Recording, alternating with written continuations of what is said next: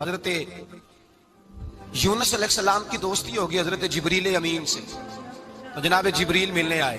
حضرت یونس علیہ السلام فرمانے لگے جبریل میرا دل کرتا ہے مجھے اس بندے کی ملاقات کرا جو اللہ کا سب سے زیادہ عبادت گزار بندہ ہے۔ حضرت جبریل امین لے گئے دور دور فلسطین کے علاقے میں، اور لے جا کر ایک بندے سے ملاقات کرائی جس کی دونوں آنکھیں بھی کوئی نہیں تھی، دونوں بازو بھی کوئی نہیں تھی، دونوں پیر بھی کوئی نہیں تھی، اور اس بندے کی زبان پر لفظ بڑا کیا جاری تھے، یا اللہ تیرا شکر ہے، یا اللہ تیرا، بول کے کہیے یا اللہ تیرا، اے اللہ تیرا شکر ہے، شکر شکر کر رہا تھا۔ حضرت جناب سیدنا یونس علیہ السلام کہنے لگے میں نے تجھے عبادت گزار کو ملانے کو کہا تھا، تو کہاں لے آیا؟ حضرت جبریل کہنے لگے یا یونس یہ ہر چیز جانے کے باوجود اپنے رب کی رضا پہ راضی ہے۔ اس وقت دنیا میں نبیوں کے بعد جس سے اللہ سب سے زیادہ پیار کر رہا ہے وہ یہی بندہ ہے، یہ اپنے رب کی رضا پہ راضی ہے۔ اے تن میرا کنگھی ہووے تے میں زلف سجن دی واواں، تے پوش میرے دی جتی بن جائے تے میں یار دی قدمی آواں، مارو مارو مینوں مار مکاؤ کوئی عذر نہ پیش لے آواں، تے جے سونا ہی میرے دکھ وچ راضی، جے سونا ہی میرے دکھ وچ راضی، جے سونا ہی میرے دکھ وچ راضی تے میں سکھ نو چلے ڈاواں، مانا کہ جب اس حال میں راضی ہے تو بس ٹھیک ہو گیا، ٹھیک ہو گیا۔ وصل اچھا ہے نہ فراق اچھا ہے، بس جس حال میں محبوب رکھے وہی حال اچھا ہے، بس جس حال میں انہوں نے رکھا بات ٹھیک ہو گئی۔ اس میں اب انسان شکوا کرتے پھرے کہ یہ کس طرح ہے وہ کس طرح، اپنے آپ کو مطمئن رکھا ہے۔ مشکل کے بعد جو آسانی آئی، حضرت لقمان حکیم ان کے نام پر قرآن مجید کی پوری سورت ہے۔ حضرت لقمان حکیم علیہ رحمہ آپ اپنے بیٹے کو نصیحت کر رہے تھے، کہنے لگے بیٹا کو مشکل آئے تو گھبرانا نہیں، کوئی مشکل آئے تو کرے بیٹوں کو سمجھ آ جائے کہ مشکل آئے تو، سمجھ آ رہی ہے بات کی، مشکل آئے تو، اور کیا خوبصورت جملے، بیٹے کو بٹھا کے کہتے ہیں بیٹا چھوٹی مشکل آئے گی تو اللہ بڑی مشکلات آسان کر دے گا، سمجھو چھوٹی مشکلات آئیں تو اللہ نے بڑی مشکلیں اس نے آسان کر دی۔ اور آپ کو بتاؤں اصل انسان ہوتا ہی وہ ہے جو مشکلوں میں جینے کا ڈب سیکھ جاتا ہے، وہ بن جاتا ہے جو کرب کے حالات میں جینے کا سلیقہ سیکھ جائے۔ اپنے بچوں کو یہ سمجھانا، حضرت لقمان بیٹے مشکل آئے تو گھبرانا نہیں، بڑی کو ٹال دیتی ہے، وہ نیکی کا اور آسانی کا پیش خیمہ ہوتی ہے، اللہ اس کے بعد آسانی سمجھا رہے ہیں۔ کچھ دنوں کے بعد کہنے لگے آؤ فلاں اللہ کے نبی کی ملاقات کو چلیں، فلاں نبی علیہ السلام سے ملنے چلتے ہیں۔ اس زمانے میں جو نبی تھے ان سے ملنے چلے گئے، بیٹے کو بات یاد تھی، گھوڑے پہ بیٹھے، امام ابن جوزی نے اس کو لکھا ہے، گھوڑے پہ بیٹھے تھے دونوں کے پاس گھوڑے تھے۔ اب رستہ بہت زیادہ تھا، کھانا ساتھ لے لیا، پانی ساتھ لے لیا، رستہ لمبا تھا، صحرا کا علاقہ تھا۔ جب جانے لگے تو اتنی سخت گرمی ہوئی کہ گھوڑے بھی بے ہوش ہونے لگے، اچانک ایسی گرم لو چلی کہ گھوڑے بھی۔ اب دونوں باپ بیٹا جو تھے وہ بڑی جوش میں تھے کہ جانا ہی جانا ہے، گھوڑے سے اتر کر کے پیدل چلنے لگے۔ اب پیدل چلتے چلتے ذرا آگے گئے تو اب گرمی میں جتنا بندہ پیدل چلتا ہے اتنا پیاس بھی زیادہ لگتی ہے، تو پانی پیتے رہے، کھانا کھاتے رہے، کھانا پانی بھی ختم ہو گیا۔ تھوڑا آگے چلے نا، اس کے اندر تکلیف بڑی کہ حضرت جناب لقمان کے بیٹے کے پیر کے اندر ایک ہڈی پیوست ہو گئی، اتنی بڑی ہڈی تھی وہ اندر ہی چلی گئی، پیر خون کے فوارے گرنے لگے، بیٹا بے ہوش ہو گیا۔ حضرت لقمان اس کے سرانے بیٹھے تو بیٹا تھا نا، آنکھوں میں آنسو آ گئے۔ بیٹے نے آنکھ کھولی تو کہنے لگا ابا جی آپ تو صبر کرنے والے ہیں، آپ رو رہے ہیں۔ فرمایا بیٹے میں کیا کروں، میرے سینے میں جو دل ہے وہ ایک باپ کا دل ہے، تو باپ جو ہوا تیرا، تیری دکھ پر رونا آیا، بڑی مشکل سے دانت کے ساتھ ہڈی نکالی، ہڈی نکلی تو خون بھی چلا۔ صاحب زیادہ کہنے لگا حضور آپ نے تو کہا تھا ہر مشکل کے بعد آسانی ہوتی ہے، اور چھوٹی مشکل دے کے اللہ بڑی سے بچا لیتا ہے، تو ہم تو اچھے کام چلے تھے، مشکل پہ مشکل، مشکل پہ مشکل، یہ کیا ہے؟ حضرت لقمان کہنے لگے بیٹا نہ تو رب کی حکمتوں کو جانتا ہے نہ پوری طرح میں جانتا ہوں، لیکن جو میں نے کہا تھا وہ بات سچی ہے، فَإِنَّ مَعَ الْعُسْرِ يُسْرًا إِنَّ مَعَ الْعُسْرِ يُسْرًا، اللہ ہر مشکل کے بعد آسانی عطا فرمائے گا، اور فرمایا میرا ایمان ہے کہ ضرور عطا فرمائے گا۔ یہ بات کہہ رہے تھے کہ سامنے سے دھواں اٹھا، اتنا سخت دھواں اٹھا کہ آپ نے سوچا شاید وہاں بادیا وہاں جاتے، وہاں چلنے لگے تو پیچھے سے کسی نے آواز دی ٹھہر جاؤ، رکو، وہیں رک گئے۔ تھوڑی دیر گزری تو کہا رک جاؤ، جب رکے تو ایک بولنے والا بولا، کہنے لگا تمہارے لیے تھوڑی دیر کے بعد جانوروں کا بندوبست کر دیا جائے گا، کھانے کا بھی بندوبست ہو جائے گا، بچے کا پیر بھی صحیح ہو جائے گا، چلے جانا، لیکن ذرا ٹھہرو۔ حضرت لقمان کہنے لگے بولنے والے تو کون ہے؟ تو کہنے لگے میں اللہ کا فرشتہ ہوں، میں اللہ کا فرشتہ ہوں۔ کہا اللہ کے فرشتے اور یہ سارا کچھ کیا ہے؟ تو فرشتہ کہنے لگا اصل بات یہ ہے کہ سامنے بستی پر مجھے عذاب نازل کرنے کا حکم ملا تھا، آپ بڑی تیزی سے آ رہے تھے، میں نے رب سے دعا کی کہ اللہ اس باپ بیٹے کی غلطی کوئی نہیں، مہربانی فرما۔ رب نے پہلے آپ کو صحرا میں الجھایا، پھر میری دعا کی برکت سے آپ کے گھوڑے ٹھہر گئے، پھر میری دعا کی برکت سے آپ کا پانی ختم ہوا، پھر میری دعا کی برکت سے آپ کے بیٹے کو زخم آیا، پھر میری دعا کی برکت سے سامنے سے دھواں اٹھا۔ فرمایا یہ جو تمہیں مشکل پہ مشکل آ رہی تھی، یہ تو میرا رب تمہیں عذاب سے بچانا چاہ رہا تھا، یہ جو تمہیں مشکل پر مشکل آ رہی تھی تو میرا مالک تمہیں عذاب سے بچا رہا تھا، تم سمجھ نہیں رہے تھے۔ حضرت لقمان نے بیٹے کی طرف دیکھا تو بیٹے کہنے لگے ابا جی بات بالکل سچی ہے، افضل الذکر لا الہ الا لا الہ الا، اور پھر پڑھنے لگے حسبنا اللہ و نعم الوکیل نعم المولا و نعم النصیر، یہ ورد ہونے لگے۔ بھائی جب تجھے مشکل آتی ہے، آزمائش آتی ہے، تو اس وقت سمجھتا ہے پتہ نہیں میرے ساتھ کیا بننے لگا ہے، اللہ تبارک و تعالیٰ چھوٹی مشکل دے کے تجھے بڑی سے محفوظ رکھتا ہے، چھوٹی بیماری دے کے تجھے بڑی سے محفوظ رکھتا ہے۔ بلکہ میں ایک دفعہ ایک تکلیف میں ایک آزمائش میں مبتلا ہو گیا، تو میں نے اپنے حضرت سے کہا کہ حضور سارے دکھ کٹھے ہی آ گئے، کیا کیا جائے؟ تو آپ فرمانے لگے بڑے خوش نصیب ہو، جوانی میں اللہ نے دکھ دے دیے، بڑھاپے میں آئے تو برداشت نہیں ہوتے، یہ تو بڑے وقت پہ آ گئے، شکر ادا کرنا چاہیے، اس زمانے میں برداشت نہیں ہوتے، اب آسانی ہے، ان کو برداشت کرو، ہمت کرو۔ میرے بھائی یاد رکھیں آزمائشیں تکلیفیں آپ کو بڑا کرنے کے لیے آتی ہیں۔ ہم آزمائش کو برا جانتے ہیں، دکھ کو برا جانتے ہیں، دکھ تو بڑے پیارے ہوتے ہیں، یہ رونے کا سلیقہ سکھاتے ہیں، یہ اللہ کو منانے کا طریقہ سکھاتے ہیں، یہ مسجد میں جانے کا، وہ جو سکھی بندہ ہے نا سکھی، مجھے ایک صاحب کہنے لگے دو قسم کے لوگ مدینے سے آتے ہیں، مدینہ شریف پوچھنے لگے، کہنے لگے حضرت جی دو قسم کے بندے ہیں، کچھ واپس جاتے ہوئے تڑپ رہے ہیں، کچھ تصویریں کھینچ رہے ہیں رخصتی کے وقت، فرق کیا ہے؟ تو میں نے کہا وہ جو تصویریں کھینچ رہا ہے وہ امیر آدمی ہے، اسے پتہ ہے کہ میں پھر ٹکٹ لے لوں گا، مہینے کے بعد پھر آ جاؤں گا، اور یہ مدینہ چھوڑتے ہوئے تڑپ رہا ہے یہ کوئی غریب ہے، یہ کہہ رہا ہے پتہ نہیں دوبارہ موقع ملے کہ نہ ملے، یہ دکھی ہے، یہ آزمائش میں دکھی سکھی بندہ تو مکے جا کے نہیں روتا، وہاں بھی کھڑا ہے ڈٹ کے کھڑا، دکھی کوئی نہیں تو روئے کیسے؟ روئے کیسے؟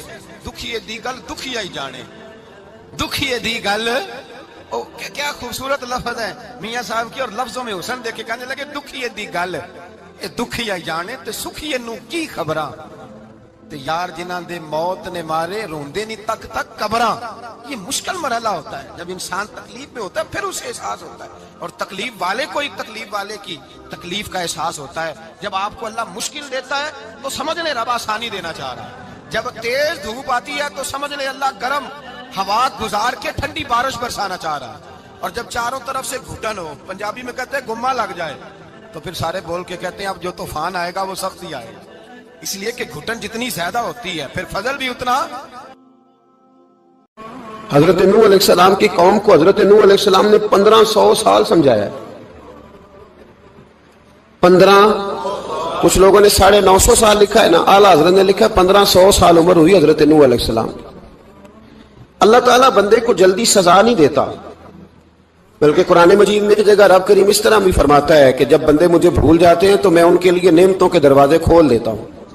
بندہ سمجھتا ہے کہ میں کچھ تو ہے نا کہ میرے اندر کہ میں جدھر جاتا ہوں خیر ہی خیر ہو جاتی ہے، وہ سمجھتا ہے کہ میری عقل ہے، حالانکہ اللہ اسے ڈھیل دیتا ہے، اللہ اسے ڈھیل دیتا ہے۔ گناہوں کی سزا کے 3 طریقے ہیں، ایک ہے متنبہ کرنا، تنبیہ کرتا ہے اللہ، بندہ متنبہ ہو جاتا ہے، یہ اللہ کا بہت بڑا احسان ہوتا ہے۔ ایک ہوتا ہے مہلت دینا، اور ایک تیسرا ہوتا ہے اللہ خفیہ تدبیر کرتا ہے۔ تھوڑا سا سمجھیے گا، انسان پر کوئی آزمائش آئی، فوراً اس کی چھٹی اس نے کہا کہ وہ فلان جگہ غلطی کی تھی تب ایسا ہوا ہے، ہوتا ہے نا کئی دفعہ آواز آتی ہے نا اندر سے، چلیں بول دیں کچھ نہیں ہوتا آپ کو، اللہ جانتا ہے یہاں کوئی کچھ نہیں کہے گا آپ کو، اور ہماری تو ویڈیو بھی نہیں گھومتی، یعنی خبر بھی نہیں ہو کہ کس نے ہاں کر دی کس نے نہ کر دی، آپ بغیر ٹینشن کے بات چیت کریں، آج کچھ نہیں ہوتا انشاءاللہ تعالی۔ آتی ہے اندر سے آواز، میں آپ سے اس لیے ان چیزوں کی تصدیق کراتا ہوں کہ باقیوں کو بھی آتی ہے کہ نہیں، اس لیے تصدیق۔ کبھی کوئی کسی جگہ انسان پریشان ہوتا ہے تو محسوس کرتا ہے کہ وہاں مجھ سے ہوتا ہے نا جی، جس کو یہ نصیب ہو جائے بڑا خوش نصیب آدمی ہے۔ حضرت مولا علی فرماتے ہیں اگر تجھے دنیا میں سزا مل گئی تو بچ گیا ہے، سمجھ پھر اللہ کرم کرے گا، آخرت میں سزا نہیں دے گا۔ اور یہ یاد رکھ لے، وما اصابکم من مصیبت فبما کسبت ایدیکم ویعفو عن کثیر، اللہ فرماتے ہیں دنیا میں تجھے جو بھی تکلیف پہنچتی ہے وہ تیرے ہاتھوں کے کرتوتوں کی وجہ سے پہنچتی.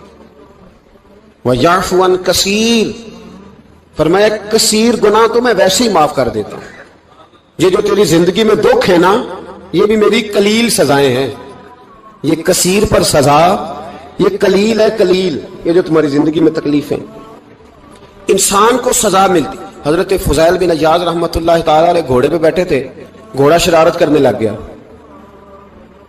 اچھلنے لگ گیا، کودنے لگ گیا. تو حضرت فضیل بن عیاض نیچے اترے، ایک کونے میں جا کے نماز کی نیت باندھ لی، 2 رکعت نماز پڑھی، پھر دیر تک استغفار پڑھتے رہے، روتے رہے، دعا کرتے رہے. واپس آئے، خادم عرض کرنے لگے حضور سمجھ نہیں آئی، گھوڑے نے تھوڑی سی شرارت کی، وہ بدکا ہے، آپ نے اس کو چھوڑا ہے اور چھوڑ کر کے آپ نماز میں لگ گئے. تو حضرت فضیل بن عیاض فرمانے لگے جب بندہ اللہ کی نافرمانی کرتا ہے نا تو جو چیزیں اس کی فرما بردار ہوتی ہیں وہ اس کی نافرمانی کرنے لگ جاتی. تو مجھے محسوس ہوا تھا کہ میں نے کہیں اللہ کی نافرمانی کی ہے، اس لیے ایسا ہوا ہے کہ میرے گھوڑے نے میری، تو میں توبہ کرنے لگا ہوں. اور اب دیکھتا ہوں بیٹھ کے بھلا کیا ہوتا ہے. میں نے سچی توبہ، حالانکہ مجھے یاد نہیں کہ میں کہاں بولا، پر کھری اور سچی توبہ کی. دوبارہ گھوڑے پہ بیٹھے تو گھوڑا بالکل صحیح ہو کے ساتھ چلنے لگ گیا. میرے بھائی جب یہ تنبیہ ہے اللہ کی طرف سے، یہ متنبہ کیا جاتا ہے کہ تو بعد آ جا. بہت ساری جگہوں پہ انسان کو وقتی طور پر اگر سزا مل جائے، نبی پاک علیہ السلام کی خدمت میں ایک صحابی آئے، بات مضبوط کر دوں، واقعہ سنایا ہے نا تو کچھ لوگ سمجھتے ہیں کہ یہ واقعہ ہے، تو میں ایک حدیث پاک امام بہقی کی لکھی ہوئی عرض کرتا ہوں. نبی پاک علیہ السلام کے ایک صحابی آئے اور ان کا سر پھٹا ہوا تھا، خون بہ رہا تھا. سرکار نے فرمایا کیا ہوا؟ عرض کی حضور ایک عورت جا رہی تھی، میری نظر پڑی، ابھی نظر پڑی ہے کہ میرے آگے ستون آ گیا تو میرے سر پہ لگ گیا. نبی پاک صلی اللہ علیہ وسلم نے فرمایا تیرے لیے خوشخبری ہے، اگر دنیا میں تیری غلطی کی تجھے سزا ملی ہے تو پھر رب تجھے قیامت میں سزا نہیں دے گا. پھر اللہ قیامت میں سزا، بعض گناہ ایسے ہیں جن کی یہاں بھی سزا ملے گی اور وہاں بھی ملے، لیکن میرے بھائی پہلی بات یہ ہے کہ اللہ تعالیٰ اس غلطی کی یہی سزا دے لے اور دعا فرمائے اللہ تبارک و تعالیٰ یہاں بھی معافی عطا فرمائے، وہاں بھی معافی عطا فرمائے، اللہ درگزر ہی فرمائے. لیکن میرے بھائی ایک تو یہ سزا، ایک سزا یہ ہوتی ہے کہ انسان جب گناہ کرنے لگتا ہے تو اللہ نعمتوں کے دروازے کھولتا ہے، مہلت دیتا ہے. 500 سال تک فرعون کو مہلت دی. کتنے؟ یہاں جو 5 سال حکومت کر لیتا ہے وہ کہتا ہے سب سے قابل میں ہی ہوں، مجھے مہلت بھی ملی ہوئی ہے. 500 سال مہلت دی اللہ تعالیٰ نے. اور فرعون کی قوم پر پتہ عذاب کس طرح کے آئے تھے؟ ٹڈیاں مسلط کر دی اللہ نے. یہ گھومتی نہیں چھوٹی سی، ہم اپنی زبان میں اس کو کچھ لوگ مختلف ناموں سے یاد کرتے ہیں، کوئی مکڑی کہتا ہے، کوئی کچھ کہتا ہے. مسلط کر دی، جاتی نہیں. ان پر بنی اسرائیل کے ان مقابل جو فرعون کی قوم تھی ان پر الزام اس طرح کا عذاب آیا کہ مینڈک مسلط کر دی اللہ تعالیٰ. برتن کھولتے تھے اندر مینڈک نکلتا تھا، دنیا کی ہر دوائی استعمال کرتے تھے لیکن مینڈک نکل آتا تھا. تھوڑا سا سمجھا کریں چیزوں کو. ہمارے رنگ نہیں زیادہ گورے کہ ہم پر عذاب نہیں آتا. کوئی بہت زیادہ اللہ تعالیٰ معاف فرمائے دولت نہیں جمع کرا بیٹھے شاہی خزانے میں کہ ہم سے پوچھا نہیں جائے گا. یہ مہلت ہے، مہلت کو مہلت سمجھو. پھر جب پکڑ آتی ہے نا اللہ کریم کی، میں نے دیکھا ہے کروڑوں روپیہ، 6 اولادیں. ایک شخص کے بچے باہر سے آ رہے تھے، وہ بندہ بیمار تھا. مجھے کہنے لگا حضرت جی دعا کریں میں ان کے آنے سے پہلے مار جاؤں ورنہ آ کے مجھے مار دیں گے. دعا کریں. اتنی بے سکونی، کروڑوں روپیہ پڑا ہے تو یہ عذاب نہیں؟ کوئی ضروری ہے کہ پتھر نہیں برسیں گے تو سمجھ آئے گی؟ یہ جو سگا بیٹا بوڑھے باپ کے قریب سے گزر جاتا ہے سلام نہیں لیتا تو اس کو عذاب نہیں سمجھتے؟ یہ جو امت کی بیٹیاں، امت کی بچیاں، ہماری بچیاں ایک سال کے اندر 75,000 ہزار بچی ایک ڈویژن سے بھاگ کے شادی کر رہی ہے اور ایک صوبے سے، تو اس کو آپ اللہ کا عذاب نہیں سمجھتے؟ یہ معمولی بات ہے. نہیں ہمارے رنگ ہو رہے ہیں، ہم بڑے سمارٹ ہیں. 1500 سال مہلت دی نوح علیہ السلام کی قوم کو. کتنے سال؟ بول کے بتائیے، بول کے دوبارہ بولیے. 1500 سال. کوئی آدمی اپنی سمارٹنس پہ خوش نہ ہو جائے کہ 20 سال ہو گئے میں تو نافرمانی بھی کر رہا ہوں، روٹی بھی پک رہی ہے، میں تو حرام بھی کھا رہا ہوں، پھر بھی سب ٹھیک ہے. 1500 سال مہلت دی. پھر حضرت نوح کہنے لگے اللہ میں نے تو بڑا سمجھایا، نہیں باز آتے. رب کریم نے فرمایا کشتی بناؤ. اللہ کے پیغمبر کشتی بنانے لگے تو قوم مذاق اڑانے لگے. اب کیا کرنے لگے ہو؟ اب کشتی بنانے لگے ہو، خیر تو ہے، قوم مذاق اڑا رہی ہے. حضرت نوح علیہ السلام کا آپ نے کشتی بنائی، پانی کہاں سے نکلا؟ نہ بارشیں ہوئی نہ سیلاب آئے، ایک تندور تھا اس کے اندر سے پانی نکلنا شروع ہو گیا. کبھی تندور سے بھی پانی نکلا ہے، پر جب نکالنے والا چاہتا ہے تو وہاں سے بھی ایک تندور سے پانی نکلا. اتنا نکلا اتنا نکلا اتنا نکلا کہ قوم ساری ڈوب گئی. قرآن مجید کے صفحات شہادت دیں گے کہ حضرت نوح کی قوم کا بچہ بچہ بہ گیا، بچے صرف وہ تھے جو حضرت نوح کے ساتھ ہو گئے، تباہ ہو گئی. اللہ بے نیاز ہے، بے نیاز. 1500 سال مہلت ملے اور تو پھر بھی کہے رب بڑا کریم ہے، معاف کر دے گا. 1500 سال تجھے گنجائش دے اور تو کہے کوئی نہیں، بات معافی ملنی چاہیے ابھی بھی. میرے بھائی، حضرت صالح علیہ السلام کی قوم، حضرت صالح نے تبلیغ شروع کی تو کہنے لگے پہلے معجزہ دکھاؤ. جی آج تو نہیں لوگ معجزے مانگتے ہیں، آج بھی لوگ کرامتے اور معجزے، اللہ معاف کرے، جو چیزیں معجزہ تو ہو نہیں نہ سکتا، لیکن آج بھی لوگ، آپ یقین کریں، کہتے ہیں یہ بڑی نمازیں پڑھتا ہے تو پھر بخشا کیوں نہیں گیا، پھر کیوں نہیں منو سلوا کیوں نہیں اترا اس پر، پھر میں بھی اسی طرح ہی ہوں، کیا اس کے اندر خوبی آ گئی؟ مولوی بھی ویسے ہی ہے، صوفی بھی ویسے ہی ہے. لوگ مانگ نہیں رہے، لوگ دلیلیں مانگ نہیں رہے، ابھی بھی لوگ بحث نہیں کرتے. کیا فرق آ گیا جی؟ ویسے ہی ہیں سارے. اللہ تعالیٰ سے ڈرنا چاہیے. ہمیں سامنے والے کی طرف دیکھ کر صحیح ہونے کا حکم نہیں ہے، ہمیں اپنی اصلاح کا حکم ہے. اپنی طرف دیکھ کے اپنے آپ کو ٹھیک کرنے کا. الزام لگا کے گزر جانا، اس کا کوئی مطلب. سنو اور یاد رکھو، حضرت صالح علیہ السلام سے کہنے لگے پہلے معجزہ دکھائیں، تو حضرت صالح علیہ السلام نے فرمایا اونٹ کہاں سے پیدا ہوتے ہیں؟ کہا اونٹنی کے بطن سے. فرمایا آؤ میں تمہیں پہاڑ کے اندر سے اونٹنی پیدا کر کے دکھاتا ہوں. کہاں سے؟ پہاڑ کے اندر سے. حضرت نوح ساتھ لے کے گئے تو پہاڑ کے اندر سے اونٹنی نکلی، اور اونٹنی بھی گابن تھی، اس کے پیٹ میں بچہ، اور اونٹنی اتنا دودھ دیتی تھی کہ ساری بستی دودھ پی جاتی تھی، پھر بھی دودھ بچ جایا کرتا تھا. لیکن حضرت نوح علیہ السلام نے فرمایا تم نے دیکھ تو لیا یہ اسے، یہ جتنا دودھ دے گی روٹی بھی اتنی کھائے گی. ایک دن تم سارے پانی پیو گے، ایک دن یہ سارا پانی پیا کرے گی. ایک دن تم سارے باقی جانوروں کو گھاس کھلاؤ گے، ایک دن یہ اونٹنی. اور اونٹنی کا نام کیا؟ ناقۃ اللہ، اللہ کی اونٹنی. کس کی اونٹنی؟ نام کیا ہے؟ اللہ کی. یہ اللہ کی اونٹنی. تو حضرت نوح علیہ السلام کی اونٹنی فرمایا اس کی بے ادبی نہ کرنا. باز نہیں آئے لوگ، باز نہیں آئے. کہنے لگا جی دودھ دینا تو ٹھیک ہے، پر یہ جو سارا پانی پی جاتی ہے نا یہ صحیح نہیں. یہ جو ساری گھاس کھا جاتی ہے یہ نہیں ٹھیک. دودھ دینا تو ٹھیک ہے پر یہ نہیں صحیح. آپ نے فرمایا اسے کچھ نہ کہنا، اللہ کی اونٹنی ہے. میں کہا کرتا ہوں ان لوگوں نے ناقۃ اللہ کی بے ادبی کی. حضرت نوح علیہ السلام کی اونٹنی کی ٹانگیں کاٹ دی، صالح علیہ السلام کی. اور دیکھو اللہ بڑا بے نیاز ہے، اگر پیدا کرنا جانتا ہے تو حفاظت کرنی نہیں جانتا. لیکن رب کریم نے فرمایا نہ کرنا. انہوں نے ان کے پیر کاٹ دیے، کانوں پہ چھریاں لگائیں. اونٹنی جب مر گئی، اونٹنی اللہ تبارک و تعالیٰ کی اونٹنی جب مر گئی تو حضرت صالح علیہ السلام کی قوم پر رب کریم نے زلزلہ بھیجا. اذا زلزلت الارض زلزالہا، جب زلزلے آئیں گے اور جب ان کا زلزلہ آنا زلزلہ آتا ہے نا، کیا کرتی ہے قوم؟ لا الہ الا اللہ، لا الہ الا اللہ، کلمے جاری ہو جاتے. بلکہ ایک دفعہ ایسا بھی ہوا کہ مسجدوں میں اعلان ہونے لگے زلزلہ آ رہا ہے. جو فجر کے لیے نہیں اٹھے زلزلے کے لیے وہ بھی اٹھ گئے. جن کا دعویٰ ہے نا میری سویرے آنکھ نہیں کھلتی، ان کی لگی نہیں کتنے گھنٹے، بعد میں بھی نہیں لگی. ٹی وی پہ اعلان ہوتے رہے کوئی نہیں آ رہا، سو جاؤ چپ کر کے. لیکن آنکھ لگی. موت سے تو ڈرتا ہے، اللہ سے ڈرتا ہی نہیں. موت کا خوف ہے، رب کا نہیں. زلزلہ آیا، ساری قوم تباہ ہو گئی. بتاؤ اگر ناقۃ اللہ کی گستاخی ہو تو اللہ ناراض ہو جاتا ہے، اور اگر اولیاء اللہ کی ہو، اگر اولیاء اللہ کی ہو تو رب ناراض نہیں ہوتا. شرم نہیں آتی لوگوں کو دادا صاحب کی بے ادبی کرتے، شرم نہیں آتی لوگوں کو غوث اعظم کی گستاخی کرتے، حیا نہیں آتی جنہوں نے دین پھیلایا ان کی بے ادبی. میں درد سے کہتا ہوں، رو کے کہتا ہوں، اور اگر کلیجہ پھٹ سکے تو میں دکھاؤں زخم کتنے. ایک حج کے موقع پر ایک بابا جی، اس سال 4,80,000 روپے کا پرائیویٹ حج تھا، اور بابا جی کی کیفیت کمزور تھی، بیچارے بیمار تھے. اس کے باوجود وہ گئے. بوڑھے آدمی، جا کے بیٹھیے، بزرگ، اور کتنی مشکل ہے وہاں، منا، مزدلفہ، عرفات، طواف زیارت. کتنا مشکل کام ہے طواف زیارت کرنا، طواف ودا کرنا. کس کٹھن سے حج کیا، بڑھاپے میں پیسے نہیں لگائے.